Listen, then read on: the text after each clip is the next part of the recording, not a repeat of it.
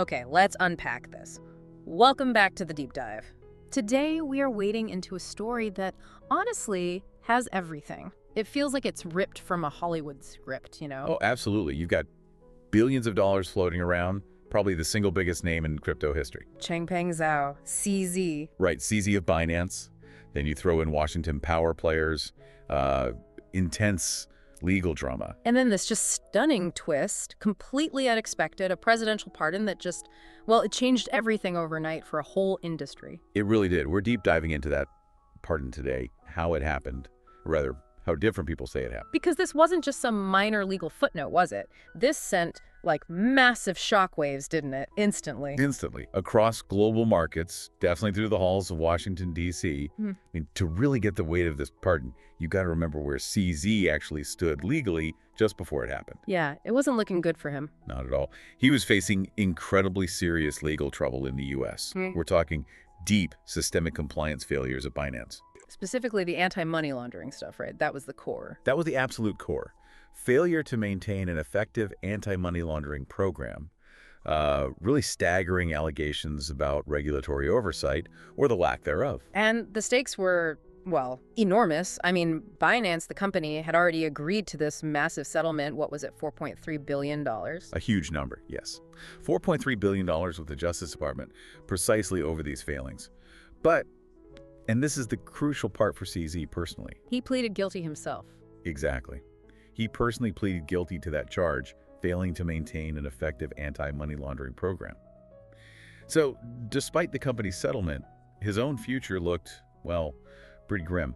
Federal jail time seemed very likely. That's the baseline we need to keep in mind. The personal risk for him was just astronomical. Right. And then completely out of the blue, October rolls around and then President Donald Trump issues a presidential pardon for CZ. Whiplash must have been incredible. Oh, the initial impact was just immense. Politically, financially, you name it. So our mission today for you listening is to try and guide you through this whole kind of Hollywood blockbuster story. We're going to look at the three wildly conflicting versions of the truth surrounding this one single event. Three totally separate narratives. Yeah, and we need to try and figure out what really happened, or at least understand the different claims, and crucially, why this whole saga matters. Because it touches on, you know, big themes, political power, the law itself, and definitely the whole future of how crypto gets regulated. It's almost like a perfect case study in critical thinking, isn't it? Given the conflicting stories. Exactly. Okay, so let's jump in. Where do we start? The man himself. Let's start there. The first account, the one delivered straight from the source, you could say. CZ's narrative of, well, surprise. Okay, so first things first. We probably need to stress just how big a deal a presidential pardon actually is, legally speaking. Oh, yeah. It's arguably one of the most, maybe the most unilateral and potent powers a U.S. president holds. It's a full stop on federal charges. So when that news broke, the crypto community's reaction, I mean, it was immediate, right? Immediate and, frankly, fervent celebration. For many in that world, this felt like a huge win, a monumental victory even. Why? What did it signify for them beyond just CZ getting out of trouble? Well, it was seen, I think, as a pretty definitive pushback against what many in crypto felt was a, let's say, unnecessarily hostile stance from the previous administration, the Biden administration. You know, the whole anti-crypto regulation narrative. Right, the feeling that regulators were out to get them. Exactly. So the pardon didn't just save CZ personally. It felt symbolic. Like maybe the industry, you know, despite its rough edges and compliance issues, wasn't going to be treated purely as a pariah anymore. Maybe it wasn't completely outside the law. Okay, but here's the fascinating part. The global reaction, mine included probably, immediately jumped to conclusions, right? Everyone assumed some kind of deal. Oh, yeah. The instant assumption was, okay, this was calculated, some back-channel political move, a hefty lobbying campaign finally paying off, you know, that sort of thing. But then CZ himself speaks. He does this interview, I think it was with Fox News. That's right, Fox News. And what he said just threw a massive wrench into all those, let's be honest, pretty cynical assumptions. He basically said he was shocked. He used the words quite surprised. He claimed he was quite surprised by the pardon himself. Now, if you're listening, you need to understand this is a really key defense strategy. How so? Well, if you claim surprise, you're immediately distancing yourself from any hint that you orchestrated it, or worse, paid for it directly. it reframes the whole thing. So instead of a transaction, It becomes this sudden, unexpected stroke of good fortune. Legal deliverance, not a shady deal. and he didn't just leave it at a general denial of orchestrating it, did he? He got pretty specific in that interview. Very specific. He used that high-profile platform to issue a series of really direct denials, clearly aimed at preempting the speculation he knew was coming. What were the key denials? Well, first, he firmly and apparently repeatedly Yeah. denied that the pardon came about because of some close personal relationship with the Trump family. Okay. And second, he denied any sort of pre-existing business deal, a quid pro quo arrangement that might have led to the pardon. So he's trying to shut down those pay-to-play rumors before they even really get going. Precisely. And he provided some details to back this up, which are actually crucial for understanding the allegations that came later. Like what?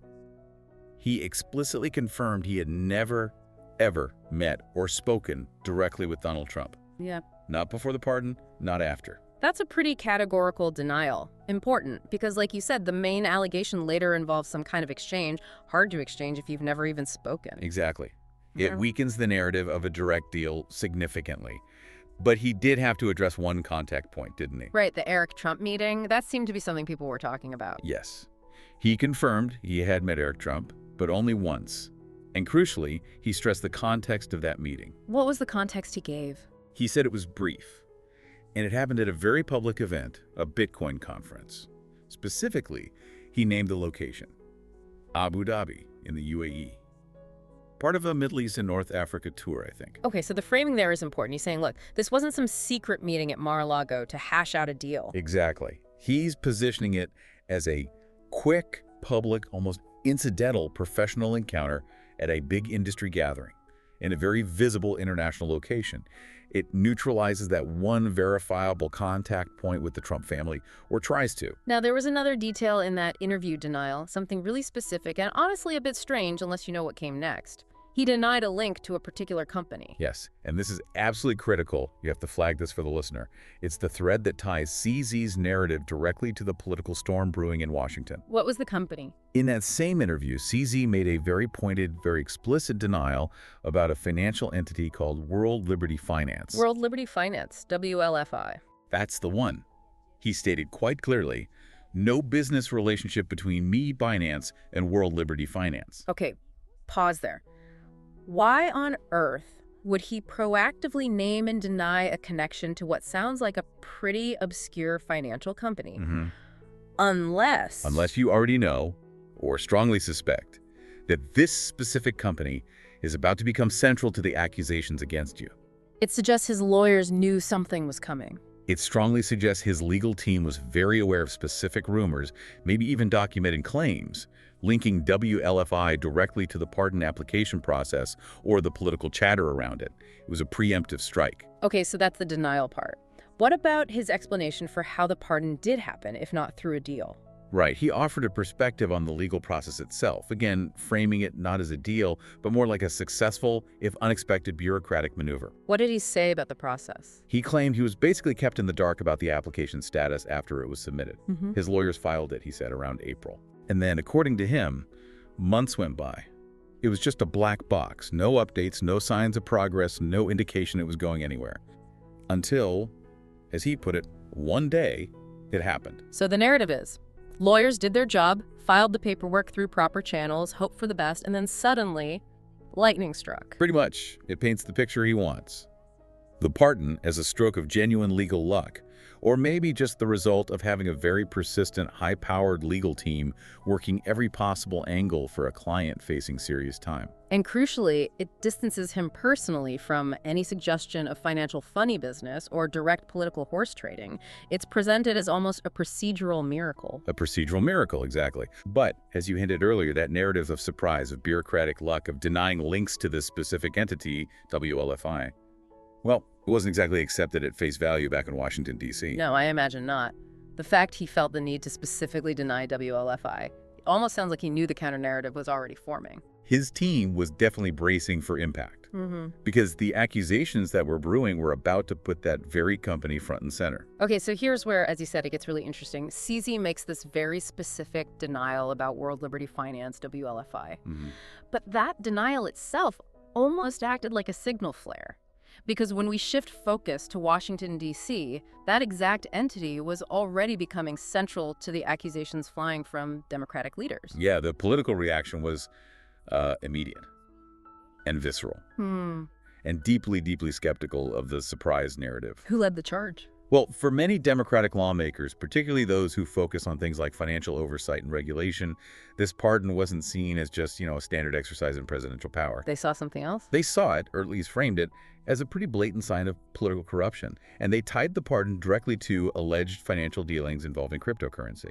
And the main voice making that link initially was Representative Maxine Waters. Yes, and we need to really stress her role for anyone listening who doesn't follow D.C. politics closely. Maxine Waters chairs the House Financial Services Committee. Which means she is arguably the single most powerful person in the House of Representatives when it comes to banking rules, anti-money laundering regulations, and yes, the future oversight of the entire crypto industry. Her words carry enormous weight, especially when it comes to investigations. So what does she actually allege? It wasn't just vague disapproval. No, her statements were very forceful. She publicly and pretty bluntly alleged that Trump had engaged in a classic pay-to-play scheme with this pardon. Okay, define pay-to-play in this context. What does that actually mean here? Sure. So pay-to-play is the idea, the allegation, that a political favor and a presidential pardon is a huge favor. It wipes the legal slate clean, federally was essentially traded, exchanged for a specific financial consideration. Money, basically. And in this case, the alleged payment wasn't just cash in a briefcase, right? The allegation involved crypto. That was the specific link made in the Democratic allegations. The core accusation was that, in return for securing this pardon, large amounts of cryptocurrency were funneled into certain projects or investment platforms that were linked back to the Trump family. Okay, and this is where that specific company name comes back, isn't it? This is exactly where WLFI re-enters the picture, crashing the narratives together. The allegations specifically named World Liberty Financial WLFI as the potential vehicle, the potential recipient or the conduit for these supposed crypto investments that were allegedly traded for the pardon. The very same company CZ went out of his way to say he had no relationship with. The very same one. It's the linchpin connecting the denial and the accusation. But hang on, what is World Liberty Financial? I mean, most people have probably never heard of it. Is it some big, known Trump entity? That's where it gets a bit murky. And honestly, a lot of the information comes directly from the sources detailing the allegations themselves, so we need to be careful. It's not like a household name like Trump Tower. According to those sources, WLFI is allegedly linked to certain individuals who have close ties, either business or personal, to the Trump family. The implication in the allegations is that this company might function as a sort of holding company or a specialized investment vehicle, perhaps one capable of handling transactions outside the traditional, highly scrutinized banking system, maybe something specifically set up to manage large crypto transfers or channel investments into Trump-affiliated projects without attracting too much attention. So the theory from the Democrats is crypto funds go into WLFI, which is linked to the Trumps, and that's the payment for the pardon. That's the essence of the allegation. It suggests a financial trail, maybe a deliberately obscured one, using crypto, connecting CZ's pardon back to the former president's financial interests via this specific entity, WLFI. The fact that both sides, CZ denying it and the Democrats alleging it, are focused on this same specific, rather obscure company, that really makes WLFI the central mystery here, doesn't it? It absolutely does. It's the key unanswered question hanging over the whole affair. Did money flow? Was WLFI involved? We don't definitively know, but the accusation is out there, and it's specific. And it didn't just stop with Representative Waters making noise, right? This escalated. It escalated quickly. Yeah. You had other very high-profile, very influential senators jumping into the fray. People like Elizabeth Warren from Massachusetts, Bernie Sanders from Vermont. Figures known for being tough on financial issues and corporate power. Exactly. They weren't just tweeting about it either. They formalized their concerns. They sent an open letter directly to the Attorney General, Pam Bondi. Demanding what? Not just expressing concern, but demanding a formal legal investigation. They put it in writing. The letter specifically called for a thorough, high-level probe into former President Trump and the circumstances surrounding the CZ pardon. Were they specific about what evidence they wanted? Very specific. Oh, yeah. They wanted to see hard evidence of any financial connections between CZ, between Binance, and any Trump-related organizations or family members. Including WLFI, presumably. Oh, absolutely. They specifically asked for documents detailing the entire pardon application process, any communications between, say, the White House staff and CZ's legal team, and critically, any information about financial transactions or investments involving WLFI and the Trump family around that time. Wow, so this really blew up from just a surprising pardon into a full-blown potential political scandal with official demands for investigation. Completely. It shifted the narrative dramatically. For the Democrats raising these concerns, their viewpoint is unambiguous. This pardon looks like a textbook abuse of presidential power. The pay-to-play scenario. Yes, a scenario where, they allege, immense wealth might have allowed someone to essentially buy their way out of serious legal consequences by purchasing political favor. That's the accusation they want investigated. Which naturally put the Trump camp firmly on the defensive. They had to respond to these very serious allegations. They did. But Trump's response wasn't really about, defending CZ's anti-money laundering record or getting into the weeds of compliance. No, it was more political. Much more political. It was about shifting the entire frame of the conversation away from corruption and toward something else entirely. Okay, so you've got these really serious, very public allegations flying around, pay-to-play, corruption, demands for investigation directed at the Attorney General. Yeah. How did former President Trump himself respond? He addressed it, yeah. He defended the pardon during a press conference soon after the controversy erupted. But his defense strategy was, let's just say, very specific and highly political. How so? Did he engage with the WLFI stuff? Not directly, no. He actually started by sort of echoing CZ's claim about personal connection, or lack thereof. Trump also claimed he didn't actually know CZ. He said publicly, "I don't know him." Okay, so that mirrors CZ's statement and creates distance from any idea of a cozy, direct deal being struck between the two of them. Right. It provides that immediate necessary buffer against the close relationship part of the allegation. It supports CZ's claim of surprise, in a way. But that wasn't the main thrust of his defense, was it? Where did he pivot? Here's the major pivot. This is what really defines his counter-narrative.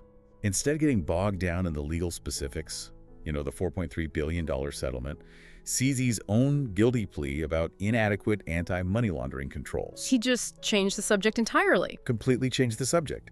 He didn't defend the pardon based on CZ's actions or innocence in the traditional sense. Instead, he attacked the legitimacy of the entire legal case brought against CZ in the first place. How did he frame that? He argued the case wasn't a legitimate prosecution based on actual wrongdoing. He claimed it was politically motivated. The political persecution angle. Exactly. This is a classic political defense tactic, really. When the action itself, in this case, the pardon, is maybe politically awkward or difficult to defend purely on its merits. You attack the process that led to it. You undermine the original charges. Precisely. Trump framed CZ not as, a CEO whose company failed massively on compliance, but as a victim of political persecution deliberately orchestrated by the Biden administration. His main political rival. His main political rival. He explicitly tied it to them. He used some really pointed language to drive this narrative home, clearly signaling his alignment with the crypto world that felt targeted. Do you remember the specific quote? It seemed quite direct. Yeah, it was something like, he received a lot of support, and they say what he did wasn't even a crime. He was persecuted by the Biden administration. It wasn't even a crime. That's quite a statement given the guilty plea and the massive settlement. It's a very strong statement. It completely reframes CZ from potential felon to political martyr. So let's analyze this strategy. What was the purpose here? It seems like it served a couple of goals at once. Oh, definitely dual purpose, maybe even more. First, and most obviously, it serves to delegitimize the entire legal foundation of the case against CZ. If the original prosecution was just political persecution, then the pardon wasn't some shady favor. It was a righteous act, a correction of injustice. Exactly. It makes the pardon justifiable, even necessary in that framing. It neutralizes the corruption charge by attacking the premise of the crime itself. Okay, that's the defensive goal. What about the offensive or political goal? Well, the second purpose is perhaps even more critical from a political standpoint. By framing it this way, Trump positioned the pardon as a kind of rescue mission. Not just rescuing CZ personally, but rescuing, or at least defending, the entire digital assets industry from perceived government overreach. So this is where the appeal to voters comes in, the crypto community. Precisely. This is where the sophisticated political calculation really shows. It allows the former president to align himself squarely with a very large, increasingly influential, and often highly politically engaged group, crypto supporters and investors. A demographic that often feels, rightly or wrongly, that they're being unfairly targeted or stifled by regulators like the SEC or the DOJ. Exactly that feeling. So by claiming the Biden administration persecuted a figurehead like CZ, Trump achieves two things simultaneously. One, he attacks his main political opponent, painting them as anti-business, anti-innovation.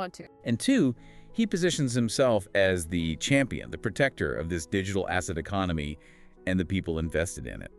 It's a classic two birds with one stone political move, clearly aimed at shoring up support or even winning over a potentially crucial voting bloc, especially with elections potentially on the horizon. So, wow. We've gone from CZ's surprise to the Democrats' pay-to-play corruption charge centered on WLFI to Trump's counter-narrative of political persecution aimed at the Biden admin and crypto voters. Three perfectly formed, completely contradictory narratives about the exact same event. Which brings us to the really hard part. Trying to synthesize this for you, the listener. How do we connect these dots? What's the three-dimensional reality here? Okay, so let's try to pull this together. We've laid out these three, frankly, totally distinct stories about the CZ pardon. CZ saying, I was surprised, it was lunk or good lawyering. Democrats saying, no, this smells like corruption, look at WLFI. And Trump saying, forget all that, this was about correcting political persecution. Right, so what does this actually mean for you listening to this, trying to figure out what really happened? It's probably not about just picking one story and believing it wholesale. No, the reality is likely much more complex, more gray. Exactly. We need to apply a bit of analysis here, look at the nuance, and acknowledge that the complete, unvarnished truth might actually borrow elements from all three narratives. Let's take them one by one again, starting with the legal angle CZ's version. The surprise narrative. Is that plausible at all? Well, parts of it are certainly plausible. Maybe even highly likely. Think about it. You have a client, CZ, facing potentially years in a U.S. federal prison. His legal team is presumably top-tier, high-powered. They'd be expected to try everything. Everything. It would almost be negligent not to explore every single possible legal avenue, every lobbying channel, including submitting a presidential pardon application through whatever conduits they could find. That's just doing their job for their client. Okay, so the application itself isn't surprising, but CZ claiming he was surprised by the outcome. That's also plausible, actually.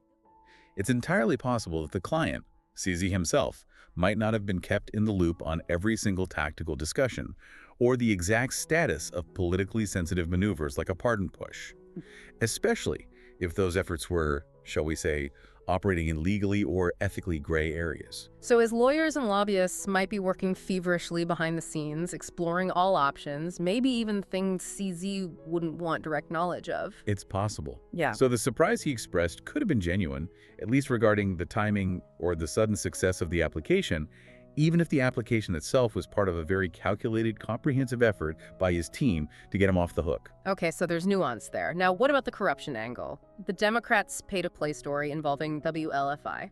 This narrative gains traction, honestly, because of history and context. We just know that when you have this kind of convergence, immense private wealth, proximity to high political power, and a controversial, sometimes opaque industry like crypto. It creates the conditions where backroom deals can happen, or at least where people suspect they happen. Exactly. And presidential pardon power itself has a checkered history in the U.S. It's often been used controversially, sometimes leading to accusations of favors being exchanged, especially during the final days of an administration. Mark Rich is a famous example. So that history makes the pay-to-play accusation seem, well, not completely out of left field. It's easy ammunition. It's very easy ammunition for political opponents and investigators. And the fact that they could point to a specific entity, World Liberty Finance, even if its role is unproven, gives the allegation a concrete focus.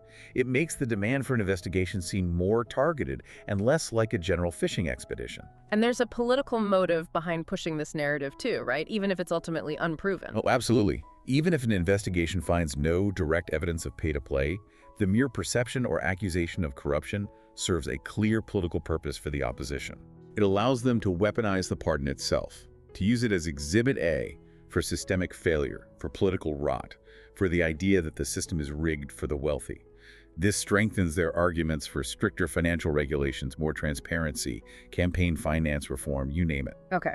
And finally, The third narrative, Trump's political persecution defense. Yeah, his explanation was almost purely functional, wasn't it? Yeah. It served those very clear, immediate political goals we talked about. Attacking the Biden administration, his rival. Check.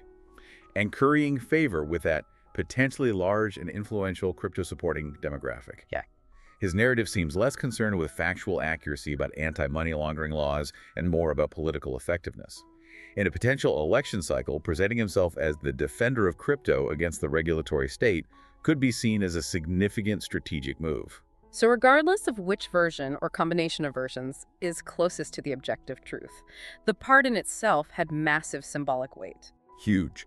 Whether CZ wanted it or not, and again, he denies paying for it or orchestrating it that way, the pardon instantly yanked him out of the legal world and threw him right into the dead center of a massive political fight between powerful Washington factions. He became a symbol overnight. An instant symbol, but a symbol meaning very different things to different people. For the crypto faithful, he might symbolize resilience, success against what they see as unfair government oppression or regulatory hostility. But for others, For those skeptical of concentrated wealth and political influence, he becomes a symbol of something else entirely. He symbolizes the perception or the fear that the extremely wealthy can just use their money and connections to buy justice, to bypass the normal legal consequences that others would face. which brings us right back to that Fox News interview, his public denial. Yes, that statement he made, specifically denying any business relationship with World Liberty Finance and claiming he was surprised. That's his official marker in the sand. It's his public legal declaration. I did not buy this pardon. Legally, that denial is crucial for him. Absolutely critical. But, and this is the big but in today's world, in the court of public opinion, especially in our incredibly polarized environment. People will believe what they want to believe. Pretty much. People are highly likely to just choose the version of the story, CZ's surprise, Democratic corruption, or Trump's persecution that aligns most neatly with their existing political beliefs. Their views on Trump, their views on the Democrats, their views on crypto, their views on money and politics. The political usefulness of the narrative might actually matter more to people than the forensic factual details of what actually transpired with WLFI or the pardon application. That's often how it works in these high-stakes politicized situations, unfortunately. So this whole tangled story, a billionaire crypto founder, a former president, serious legal charges, a shock pardon, this mysterious company, WLFI. Conflicting narratives, it's complicated, but it offers something really valuable for you, the listener. It's a powerful real-world lesson. A lesson in critical thinking, especially today, in this age where we're just drowning in information and often misinformation. What's the core takeaway here? I think the core takeaway is seeing, laid bare, how one single verifiable event, the pardon happened, it's a fact, could immediately generate three completely different, politically charged, and mutually exclusive truths. Each serving a very specific agenda. Exactly. Whether that agenda is legal self-preservation for CZ, or political opposition and calls for investigation from Democrats, or political self-promotion and voter mobilization from Trump, each narrative does something for the person telling it. So the challenge for all of us then is to resist that urge, the urge to just grab onto the first story we hear or the story that confirms what we already believe, especially when scrolling through feeds or watching news. We have to actively develop the habit, maybe discipline is a better word, of asking some key questions whenever we encounter these kinds of controversial, high-stakes stories. Like what are the essential questions? I think there are three main ones. First, and maybe most importantly, who benefits if I believe this particular version of events? Who don't know? Follow the money, follow the political advantage, follow the power dynamics. Okay, who benefits? What's second? Second, what are the other sides saying? Actively seek out the competing narratives. And crucially, what specific verifiable evidence, or maybe telling lag of evidence, are they actually presenting to support their claims? Don't just take the assertion, look for the proof, or the holes in the proof. Right, don't just accept the headline. And the third question? The third is about underlying motive. Is there a hidden objective here? Is the source trying to achieve something else by framing the story this particular way? Maybe it's about gaining influence, like with the crypto community. Maybe it's about damaging a political opponent by launching an investigation. What's the goal beyond just informing me? Because the world isn't usually black and white. It's almost never black and white. It's this complex, messy canvas of competing interests, shades of gray, hidden agendas. This CZ pardon story is a perfect illustration of how immense wealth, raw political power, and influential media platforms can combine to construct multiple, simultaneous versions of reality. And understanding that dynamic, understanding how these narratives are built and why, that's what makes you a smarter citizen, a more discerning consumer of information, really a better learner in any field you're interested in. So as we wrap up this deep dive, we're still left with these big, lingering questions. The political demands for investigation into WLFI, they continue. But what if the full truth never actually emerges? What if those backroom dealings, if they happened, remain hidden? Which is entirely possible in politics. Right. So if that happens, how does the mere existence of these three powerful, contradictory, politically charged narratives permanently change things? How does it affect the public's trust or lack thereof in the legitimacy of something as fundamental as presidential power? And what does it do to the already fraught debate about how we should regulate this entire massive cryptocurrency industry going forward? It arguably creates a new baseline of cynicism, doesn't it? It makes it harder to trust any official narrative. A profound thought to chew on. Thank you for joining us for this deep dive into power, money, crypto, and the ongoing battle for truth. Thanks for listening. We'll see you next time.